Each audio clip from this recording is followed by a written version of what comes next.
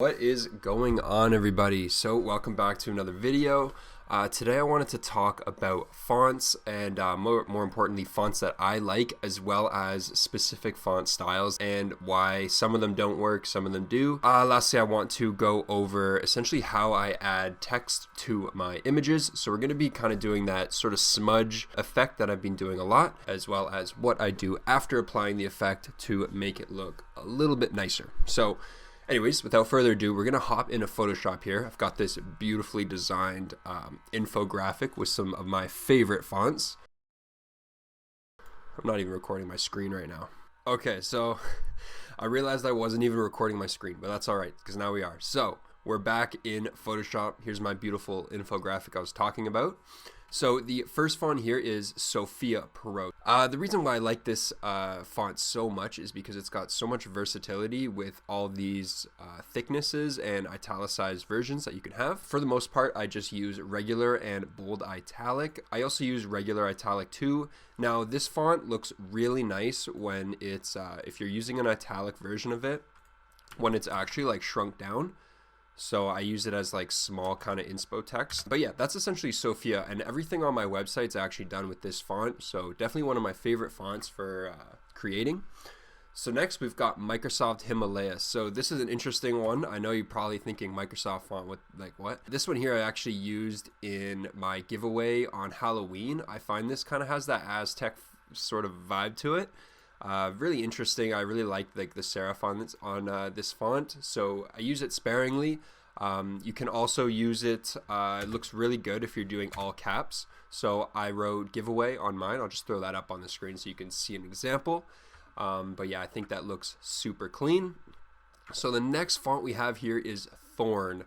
So this is a really cool font. I may actually just make it bigger for you so you can see the details. This has got, this one's really cool because it's kind of like a brush stroke, and I really like the actual details that they got inside the font itself. Really, really interesting.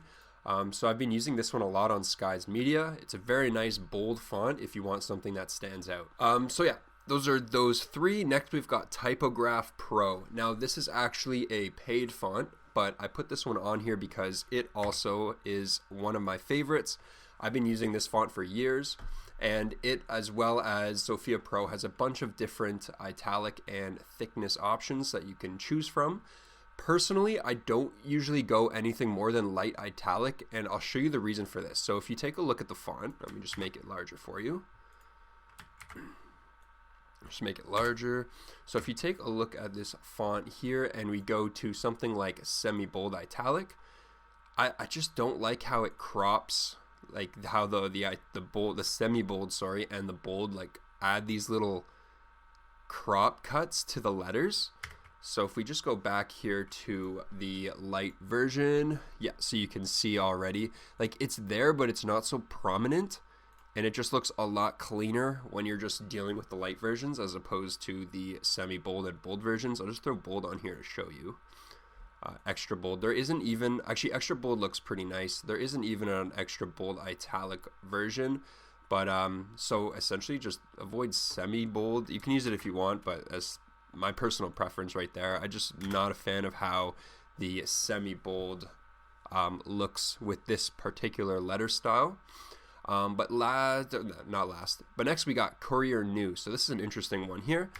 This one's really cool if you want to add kind of like a typewriter sort of vibe to your image. Very nice font.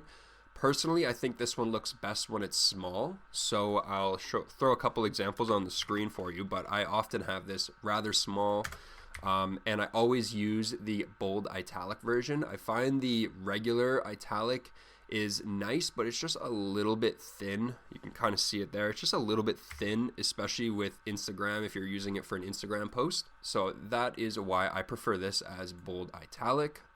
And last we have, this is actually another paid font, but a really, really cool one is Alfresco Basic. So this is my choice for some cursive, that's the word I'm looking for, a cursive font here. So this is definitely my favorite for that. Again, this is called Alfresco Basic. Now they do only have bold. This is a paid font, but definitely a nice one when paired with something like this or even typograph. so they work well together. So next, what we're going to be doing is essentially I want to just show you guys how I apply these fonts to an image. So I've got an image here inside Lightroom, and what we're going to be doing is just editing this in Photoshop. So right click, edit in Photoshop. So this is just an image of the Porsche sign, and I want to put their catchphrase or slogan right here. So I actually have that on another screen, so I did some pre-research here. So we're just going to type in there is no substitute. Alright, so of course, right off the bat, you can tell that this font is not what we're looking for, especially for this particular vibe of image. So we're just going to, first we're going to highlight it and just make it white. And we're going to be using, I didn't actually plan this one out, but you know what, I'm just going to go with my default Sophia, and we're going to be using regular italic. So this is a good one. There is no substitute. I often like to use my text like rather small. I don't want it overpowering the image. I want it to complement the image. So that's what we're doing here. So we'll just keep it right there. All right, so what we're gonna be doing is adding sort of that smudge effect that I like to do with my photos. So we're going to be first duplicating our text layer, and we're gonna be rasterizing the one below, so rasterize layer. Now, if you've been watching, or if you watched my previous blur tutorial, I actually go over this exact strategy, but using it on an actual image itself. So we're going to be doing something very similar with this, and then changing a blend mode to get that nice sort of faded effect. So we're going to be coming up to filter, blur, blur gallery, and path blur. So the reason I'm using path blur is because it gives us these taper options as well as our speed. So we can taper it, and we'll go like that right there, hit OK in one direction. Now I'm not using motion blur, and I'll show you really quickly why I don't use motion blur. So just rasterize this layer. The reason I rasterize is because you can't apply these filters without doing that. So we'll just go over to motion blur, and motion blur, I got it on the other screen here. Essentially it just doesn't give you any options when blurring. It just kind of grabs it and stretches it. So just hit OK here. But the actual path blur gives us that taper, which essentially, so from here, it will taper from here to here, as opposed to the motion blur, which just grabs it and smudges it out, if that makes sense. When you start playing around with these effects, you'll really notice the difference. But what we're going to be doing, so now that we have this selected, we're going to go to our bottom layer. I'm just going to delete that one, the motion blur. And we're going to be grabbing this and moving it over just a little bit, about there. And we're going to be setting this blend mode to overlay. Now the reason I do overlay is because it grabs the colors underneath. And this one here, when I set it to overlay, it's pretty dark. So we're just going to Control J on that layer, and that will bring it up just a little bit, make it a little bit more visible on the screen. So you can already see we're pretty close to the effect. Often I leave it here, but I'm going to show you one more step that just kind of takes away from just this area over here and kind of puts the emphasis on the faded part that's coming off our right side. So what we're going to do is I'm just going to group these two layers. Now you do this same thing on, if you only had the one layer, you would do this exact same thing, but on that one layer. So on our group, we're going to be adding a layer mask here, and we're just going to be leaving it white, and we're going to hit B for our brush tool, make it relatively large, make sure your hardness is set to 0, and we're just literally going to line it up. So if you draw like a plus through your brush, you want the middle of the intersection to be where your letters are starting. And we're just going to click once. So what that does is essentially just erases some of this area here, so we have the text kind of just fading off on the right side. Now that is pretty much all I do. Now you can also grab your text layer here and set that itself to overlay, which gives it a really cool effect. Now this is nice because you've got a lower opacity here and a higher opacity where the focus is on the slogan, so where it says substitute. And personally I really like the look of this, so I'm gonna leave it like this. But essentially that's all I do when I'm doing this blur effect for my text. Now once this is done, I always hit Control S to save the document and bring it back into Lightroom, where I add my grain.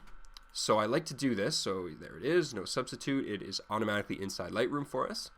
And I like to add my grain as a universal over top of the text as well, because you can see here it just makes it like blend into the image like it's supposed to be there. You know what I mean? So we're just going to leave it like that. And now for some reason, when you want to bring it back into Photoshop, you actually have to close this document. So you can save this to a separate path if you don't want to lose your layers here. But for the sake of this tutorial, I'm just going to close it. And we're just going to come back into Lightroom, literally just edit that back in Photoshop. It's going to give you this little pop-up, edit a copy with Lightroom adjustments, hit edit, and that will open inside of Photoshop. Now this is the one that you're going to save out. So if you wanted to save this, I hit Alt Control Shift S to save for legacy. So that's this here, and or you can just go to File, Export, Save for Web Legacy. So that is essentially it for this video, guys. That's how I deal with all my text in my photos, give it a really cool effect and make it kind of blend in with the image with adding some light grain. I also go over grain a little bit in more detail in my blur video, so I'll put an annotation in the corner and you guys can go check that out. It's towards the end of the video if you're wondering. But that is essentially it, guys. If you made it this far, like, thank you so much for watching. Hope you learned something. Subscribe, drop it in the comments what you thought about this video, and if you guys end up using this, you know, feel free to tag me in your photos on Instagram or send them to me. I love seeing what you guys create. So yeah, that's essentially it, guys, and I will catch you in the next one.